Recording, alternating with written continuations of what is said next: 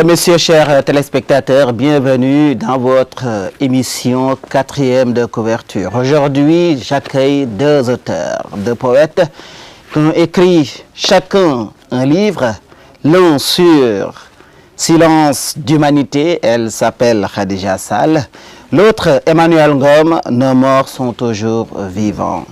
Emmanuel, merci d'avoir accepté cette invitation. Merci et bonjour. Khadija également, merci d'avoir accepté cette invitation. Bonjour et merci pour cette invitation également. Par votre poésie, Khadija, vous espérez changer le monde, vous espérez toucher les hommes. Vous croyez que la poésie a cette force? Bien sûr, la poésie a cette force. Évidemment, la littérature aussi en général a cette force, car à travers les mots, on peut arriver à faire évoluer le monde, changer les mentalités et certaines visions aussi. Vous pensez que par la poésie, vous pouvez faire revivre les morts, mais également, vous pouvez leur rendre hommage. Vous aussi, vous croyez que la force, la capacité de la poésie va au-delà de ça? Bien entendu, comme disait Birago, les morts ne sont pas morts. Et chaque jour nous édifie dans ce sens parce que les souvenirs sont restés avec nous, tandis que les morts sont partis. Khadija, je reviens à vous.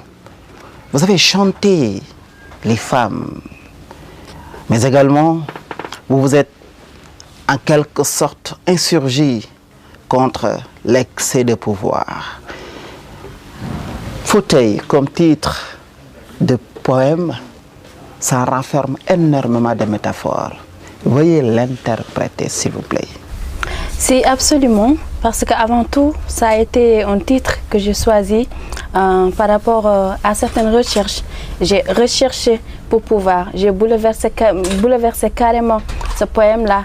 Et par rapport à ce que je dis dans ce poème, j'ai voulu intituler comme ça Fauteuil. Fauteuil comme pouvoir, comme vous l'avez souligné également, parce qu'il y a certaines personnes, comme on a l'habitude de le voir en Afrique, qui sont là, mais qui abusent un peu du pouvoir, qui font un excès de pouvoir. Par rapport à cela, j'ai voulu utiliser les rythmes et dans un style un peu plus approprié, j'ai voulu intituler comme ça ce titre-là de ce poème. Ceci parte, cela demeure, disait Victor Hugo. C'est nous qui allons demeurer ou alors c'est ceux qui sont partis qui demeurent dans votre poésie? Je pense qu'il y a les deux à la fois parce que le souvenir, leur souvenir est toujours présent en notre sein. Et sur un autre plan aussi, je pense que les valeurs intrinsèques que nos morts avaient continuent de demeurer en notre sein. Nous nous en servons régulièrement pour améliorer, parfaire notre vie, notre cheminement, quand on sait que nous sommes dans ce monde rien que de passage. Un jour aussi, nous serons amenés à les rejoindre. Mais au-delà de cela aussi, il y a le contexte de la foi. Parce que c'est la foi qui permet de retenir qu'un jour, il y aura une autre vie au-delà de la vie sur Terre. Vous avez également parlé de souvenirs. Lorsqu'on se souvient des morts, dans un choix, un genre poétique, cela s'accompagne le plus souvent de la mélancolie. Comment avez-vous, dans votre poésie, croisé cette mélancolie-là à ce souvenir vivant des morts? Cela va de soi. Un être humain est ainsi conçu par le Créateur. À travers la créature humaine, il y a des hauts et des bas qu'il faut toujours essayer de juguler pour les mettre ensemble. Il y a des valeurs et des contre-valeurs qu'il est toujours question de mettre ensemble. Le choix revient peut-être dans ce sens qu'il faudrait faire le bon choix, c'est-à-dire que même à travers nos morts qui sont partis, un être humain n'est pas parfait. Et à travers notre vie, nous avons des insuffisances, nous avons des imperfections, mais nous avons aussi des valeurs. Alors il faut faire en sorte que, à travers le souvenir, ce souvenir des morts, que nous puissions prendre en référence, nous référer à ce qu'ils ont vécu avec nous, qui nous ramène au bonheur, mais qui est positif dans ce sens de la vie sur terre où nous sommes encore demeurés. Cette même mélancolie, Khadija, se sent également dans votre plume, dans votre façon d'écrire, notamment là où vous parliez des enfants du monde. C'est un choix, c'est un sentiment, c'est une perception, c'est une dénonciation. Ça peut être tout cela à la fois, parce que j'ai vu que, à part le fait d'avoir choisi certains poèmes qui parlent de la femme, les enfants également font partie de ma quête. J'ai vu qu'il y a certains enfants qui sont là, qui continuent toujours de souffrir à l'égard des enfants talibés, à l'égard des enfants abandonnés, des enfants qui sont innocents, qui ne savent absolument rien du tout. C'est pour cela que je n'ai pas tout simplement voulu parler des femmes uniquement parce que je suis femme. Non, mais j'ai voulu aussi aborder ce thème-là qui peut être important et qui peut pousser un peu à ce que certaines personnes envisagent d'autres réalités, d'autres situations, de pouvoir changer ou bien de pouvoir améliorer la condition de ces enfants-là, qu'ils soient abandonnés, qu'ils soient aussi dans la rue délibérément par leurs parents également. Aussi belle que peut-être une fleur, elle peut également être vulnérable. C'est vous qui le dites à travers votre poème « Fleur ». Le symbole de la femme. Vous l'avez dit tantôt, vous avez chanté la femme, mais vous lui avez donné une certaine connotation dans ce poème-là, laquelle, par ailleurs, nous montre qu'elle est très belle, vulnérable, mais renferme énormément de surprises. Qu'en dites-vous? Exactement, c'est une réalité. Si j'ai voulu utiliser des métaphores ou certains titres, s'ils sont tellement poétiques, c'est pour tout simplement mettre en évidence la beauté de la femme ou bien pour mieux expliciter en fait ce que j'envisage de dire dans ces poèmes-là. À l'égard du poème Fleur, c'est pour montrer l'innocence de la femme, la délicatesse de la femme, entre guillemets, sa beauté, mais c'est pour aussi montrer que la femme a une certaine valeur et que parfois qu'elle est souillée par certains hommes, entre guillemets, ou bien par certaines actions de certaines personnes. Les fleurs finissent par faner, tout comme nous êtres humains également, nous finissons par faner. La mort, la vie et la mort, cette relation que l'être humain entretient entre la vie, le réel, la mort, quelque chose qu'on ne peut pas appréhender. Comment le vivez-vous lorsque vous écriviez ces poèmes en faisant le rapport entre le réel et l'abstrait? C'est toujours, la base, c'est toujours ma foi religieuse. Parce qu'à travers notre vie, comme je le disais tantôt, nous sommes appelés à prolonger notre vie ici-bas sur terre. Et en faisant référence à cette réalité, on ne peut faire que penser davantage à ce qui nous attend à l'au-delà. Parce que quelque part, on nous dit que les juges seront jugés. Les juges seront jugés. Quelle compréhension devons-nous avoir par rapport à ça? Ça veut dire tout simplement qu'il y a l'éternité des temps, que la vie ne s'arrête pas ici. Il y a un jugement à l'au-delà. Nous, quand nous vivons ici, nous sommes jugés à travers des réalités, à travers notre vécu quotidien, à travers ce que nous pouvons avoir comme faute, à travers ce que nous faisons dans notre vie réelle.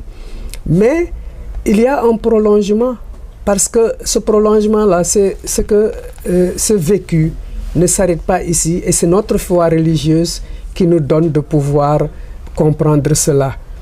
On nous dit souvent que avec la foi, on peut soulever des montagnes, mais on imagine que dans la réalité, comment un être humain, quelle force devrait avoir un être humain pour être à même de soulever une montagne? Et c'est cela également le mystère de la foi. Excellent. Mais par votre plume, comme je le disais tout à l'heure à Khadija également, vous avez voulu montrer aux lecteurs des références, des hommes purs, des hommes qui, par leur action, ont pu marquer leur temps. Était-ce également une façon pour vous d'éduquer vos lecteurs? Sans doute. La force et l'intérêt de la plume et de la littérature, j'allais dire, c'est exactement cela. C'est cette capacité de ressusciter un mort. C'est cette capacité de prolonger la vie d'une personne qui est déjà partie. Et je pense qu'on n'a pas de prix face à ce trésor que constitue une plume, face à ce trésor que constitue l'encre de la plume. Parce qu'à partir de l'encre de la plume, on matérialise tant de faits qui sont passés et tant de faits qui demeurent encore et qui se projettent devant nous dans ce sens qu'il y a l'espérance et nous vivons avec cette espérance. Donc je pense que le lecteur est à prendre en compte parce que la plume, certainement que cette encre-là, ce sera une encre qui produira tantôt le sourire quand on se souvient de ce qu'ont été toutes ces personnes qui nous ont quittés, mais qui sont parties avec des valeurs. C'est la plume qui permet maintenant de faire demeurer en notre sein toutes ces valeurs-là. Mais également, c'est une plume dont l'encre sera tantôt semblable à des larmes. La plume aussi, elle pleure. Elle nous fait réjouir, elle nous fait demeurer dans la tristesse. Parce que quand on se souvient de ces morts et de cette impossibilité maintenant de revivre avec eux d'une manière pratique, je pense que ça aussi, ça donne sens à l'écriture. Et c'est pourquoi je me réjouis de me considérer comme écrivain pour pouvoir jouer un certain relais au sein de la société. Je rappelle juste, chers téléspectateurs, que nos invités du jour sont Emmanuel Ngom, l'auteur de l'ouvrage Nos morts sont toujours vivants, et Madame Khadija Sall, Silence d'humanité. Je rappelle que Khadija est née le 15 février 1997 à Sinthiou Banambé. Elle a grandi à Cambérène, détentrice d'une licence en journalisme communication de l'université privée de Dakar. Elle a été lauréate du prix du concours de la francophonie islam en 2014 et finaliste du concours international Graines d'artistes du monde entier en juillet 2020.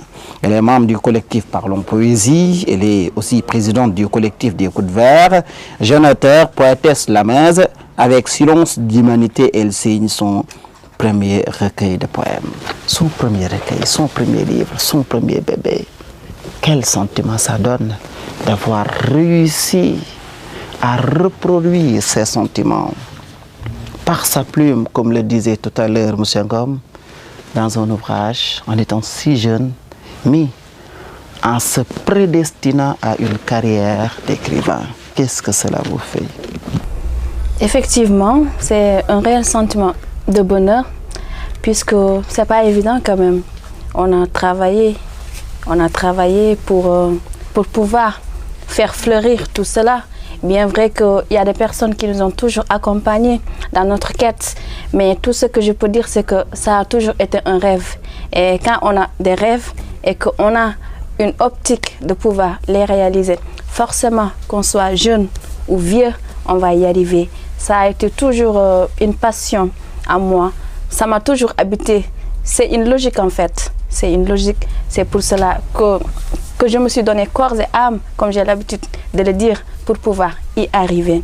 Il ne s'agit pas d'être jeune, il ne s'agit pas aussi d'être femme, mais il s'agit tout simplement d'être rêveuse et ambitieuse. Et à chaque fois, quand on a quelque chose dans sa tête et qu'on se met en avant pour pouvoir les réaliser, on va y arriver un jour ou l'autre. Universaliste, vous vous définissez parce que vous vous dites être citoyenne du monde en quelque sorte. Est-ce à dire que votre poésie n'a pas de limite, que votre poésie peut toucher n'importe quelle nationalité, n'importe quelle race, et qu'en quelque sorte, par définition, votre poésie est destinée à tous les citoyens du monde? Effectivement, c'est ce que j'ai voulu montrer à travers ce recueil de poèmes. Également, le titre, ça le dit, car je dis silence d'humanité, ça n'englobe pas tout simplement le Sénégal ou bien l'Afrique, mais effectivement l'humanité. dans la première partie, j'ai parlé des couleurs du pluriel. Quand on parle d'une certaine pluralité, c'est parce que c'est pas singulier en fait, ça parle de tout le monde. Là, tout le monde, il est concerné dans ma quête.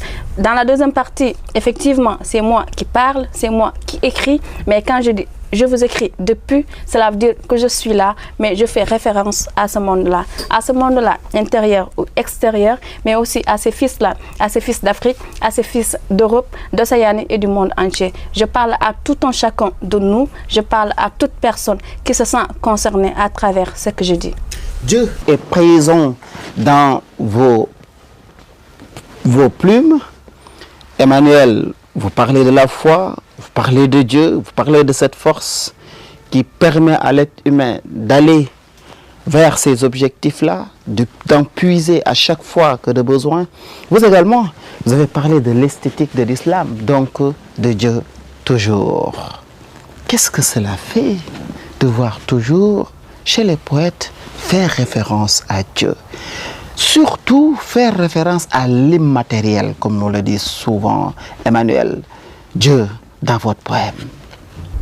Oui, Dieu, il est incontournable pour l'homme de foi.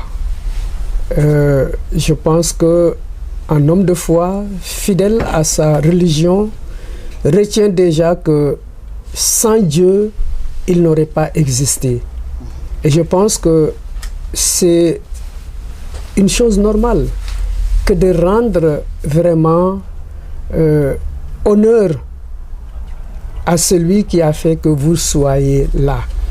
Dans notre vie courante, quand vous atteignez un certain âge, quand vous avez cet honneur de vous connaître à travers ce que vous avez réussi, ce que vous êtes parvenu à devenir, vous rendez toujours un hommage à vos parents, à tous ces gens qui ont contribué, qui ont forgé votre personnalité, vos enseignants et tout cela que vous avez côtoyé durant votre cheminement.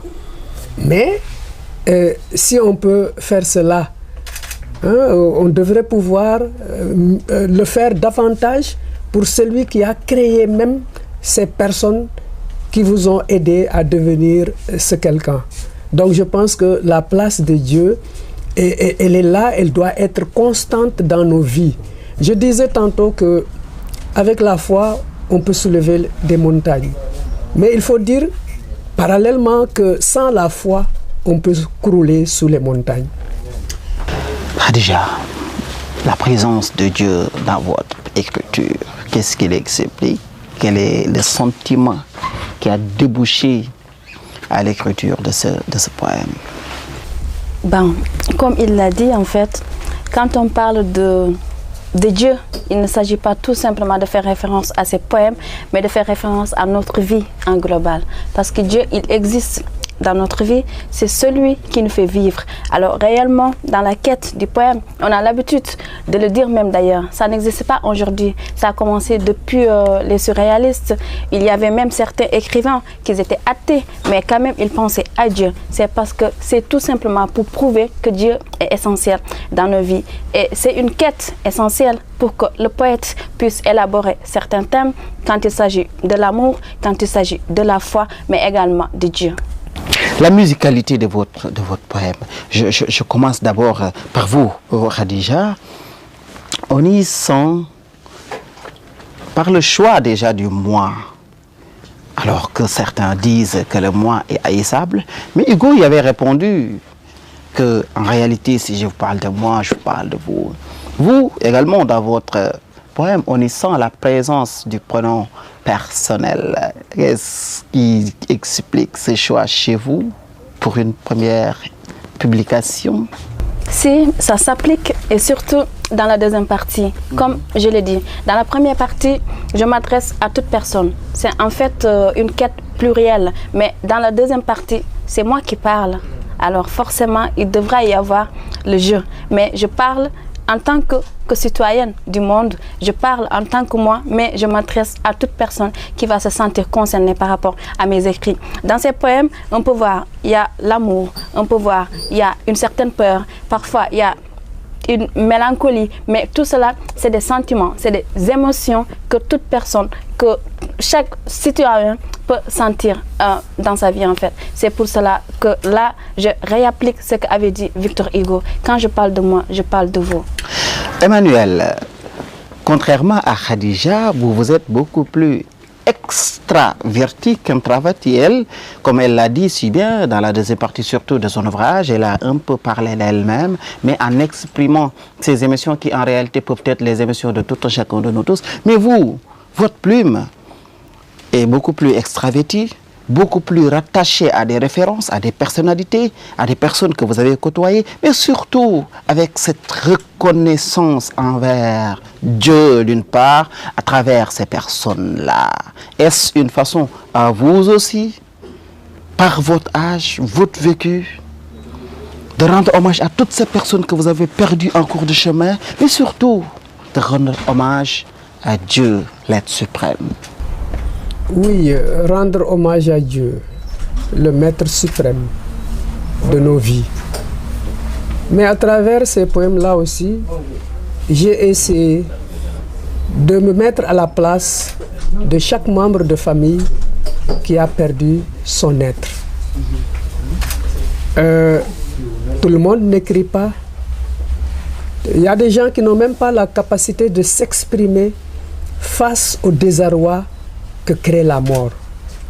Et tous ces gens-là ont besoin quelque part d'être assistés sur ce plan. Donc la plume devient quelque part un ambassadeur. Vous vous évoquiez tout à l'heure avec Khadija cette universalité. La plume aussi, elle est universelle. Il n'y a pas de plus grand ambassadeur que la plume. Et à travers aussi ce livre, il faut considérer tout simplement que souvent, nous allons nous recueillir devant les monuments aux morts. Donc, moi, je considère que l'ouvrage, les récits, tout ce qui est écrit dans le sens de la mort, dans le contexte de la mort, représente des monuments. Mais les monuments, ils sont fixes généralement.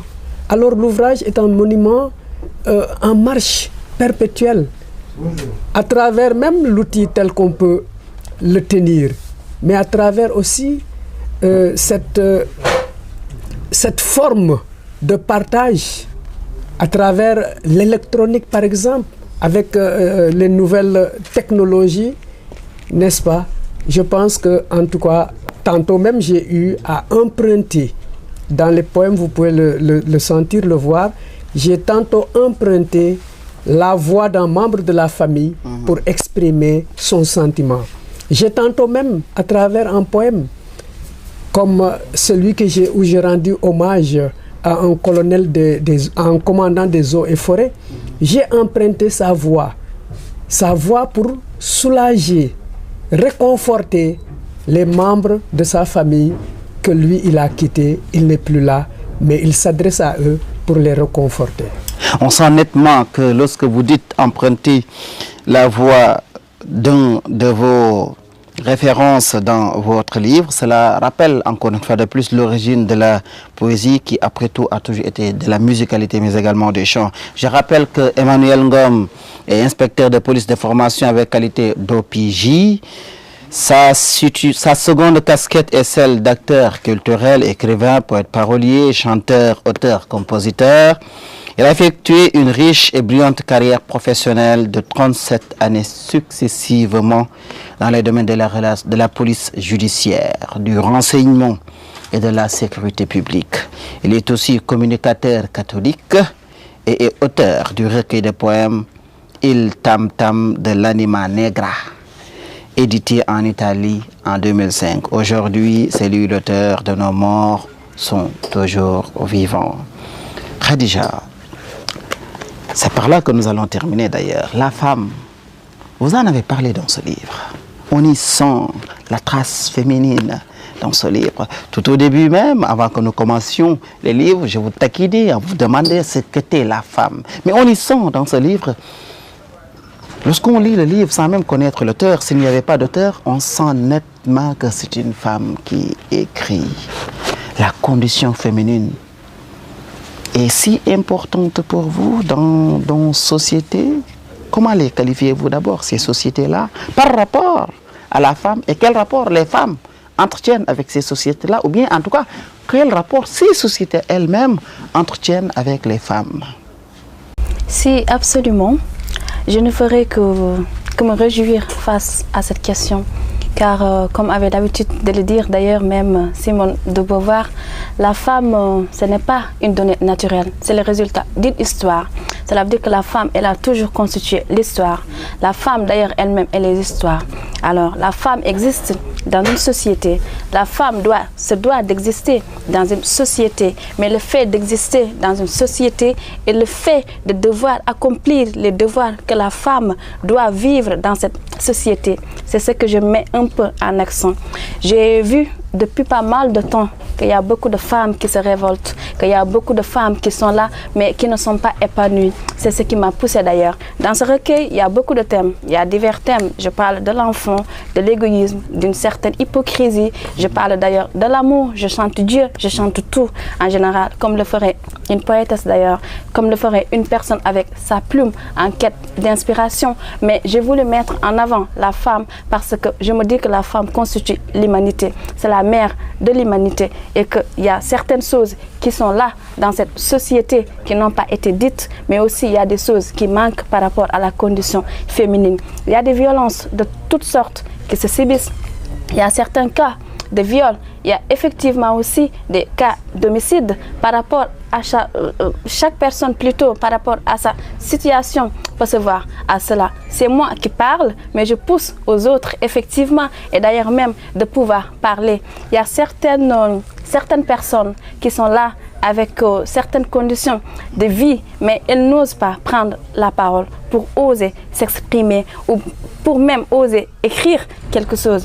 Car parfois, c'est les mots qui manquent. Parfois aussi, il y a une très grande peur qui les habite. Et j'espérais tout simplement, ou bien j'espère encore qu'à travers ce recueil de poèmes, les situations vont changer, les mentalités vont évoluer et que si je puisse apporter une parfaite joie dans cette quête-là, que les autres, je ne dirais pas féministes, mais que les autres femmes ont déjà débuté, ce serait en tout cas une chose merveilleuse et pour pouvoir aussi propulser ce monde dans un avenir beaucoup plus humaniste. Femme vous êtes, donc vous êtes l'histoire. Je suis femme et je suis l'histoire et je constitue l'histoire. Donc toutes les femmes, sachez bien selon Khadija que vous êtes femme, donc vous êtes l'histoire et vous constituez l'histoire. Emmanuel, c'est un plaisir de vous avoir reçu dans cet échange. Merci. C'est un plaisir, votre dernier mot. Mon dernier mot, je vais m'accorder un petit peu à Khadija qui parle, vous avez parlé de la femme, mais la femme, c'est la mère de l'humanité. Quand Dieu a créé le monde, quand Dieu a créé Adam, il a senti le besoin, la nécessité, l'indispensable nécessité de créer Ève à côté d'Adam. Et à travers notre foi religieuse, nous connaissons la place que Maman Marie, la Sainte Vierge Mère de Dieu, possède. Ça, c'est à travers notre foi. Il fallait à Dieu un champ pour étaler toute sa tendresse. Alors il a choisi le cœur de Maman Marie pour y semer la graine de son amour. Humble servante, elle a accepté ce don gratuit de Dieu, sans en connaître ni en mesurer au préalable l'aube de cette décision. Et ce fut une grâce pour nous de recevoir Jésus-Christ, le Sauveur du monde. Mon mot de la fin, c'est qu'il faut maintenir cette relation que nous avons avec Dieu. Il faut demeurer dans la foi. Parce que si tous les gens de ce monde possèdent la foi en Dieu, il y a beaucoup de mots qui pourront être, n'est-ce pas, soignés. Que les mots puissent être soignés à travers notre foi religieuse et non tout simplement par des mots, c'est-à-dire l'expression. Merci beaucoup à vous également, Khadija. C'est vraiment un plaisir de vous avoir reçu dans ce plateau-là. Merci également à vous et merci pour cette belle invitation à votre belle émission 4e de couverture. Madame, Monsieur, merci d'avoir suivi cette émission. Je rappelle que nos deux auteurs, leurs livres sont disponibles à la librairie L'Harmattan Sénégal, mais également sur Amazon pour ceux qui sont à l'extérieur. Merci d'avoir suivi cette émission et à la prochaine.